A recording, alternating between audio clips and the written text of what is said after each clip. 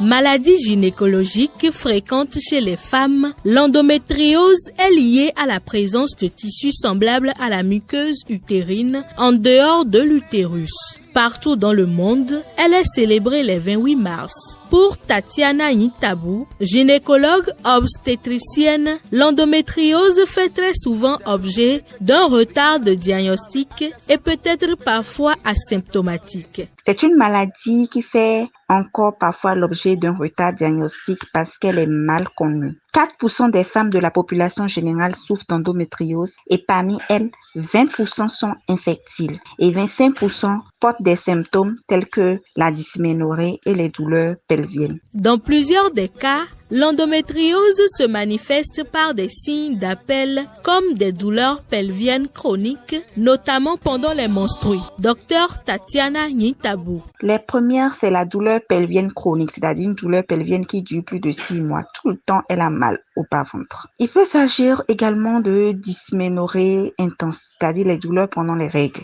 qui sont résistantes aux antalgiques usuels comme le paracétamol. Il y a également la dyspareunie profonde, douleur pendant les rapports sexuels, surtout au moment de la pénétration profonde, la douleur lors de la défécation, les douleurs urinaires au moment des règles également. L'endométriose peut être également responsable d'infertilité. Lorsque l'on remarque l'apparition de ces signes, la gynécologue recommande. Il faut faire un examen gynécologique orienté chez un gynécologue. Ensuite, votre gynécologue peut vous demander en première intention une échographie qui va lui permettre de retrouver peut-être des signes d'endométriose, peut-être au niveau ovarien ou au niveau des ligaments utérosacrés. Et il peut vous demander en deuxième intention une imagerie par résonance magnétique. Mais ce qu'il faut savoir, c'est que la cystoscopie diagnostique est possible et est indiquée après une discussion avec la patiente sur les différentes stratégies thérapeutiques de prise en charge, surtout chez les patients qui sont symptomatiques et qui présentent une infertilité. Lorsque l'endométriose est asymptomatique, il n'y a pas d'indication de traitement. Lorsque l'endométriose est symptomatique avec des douleurs, on peut être emmené à utiliser des antalgiques. Il ne faut pas prendre d'anti-inflammatoires au long cours.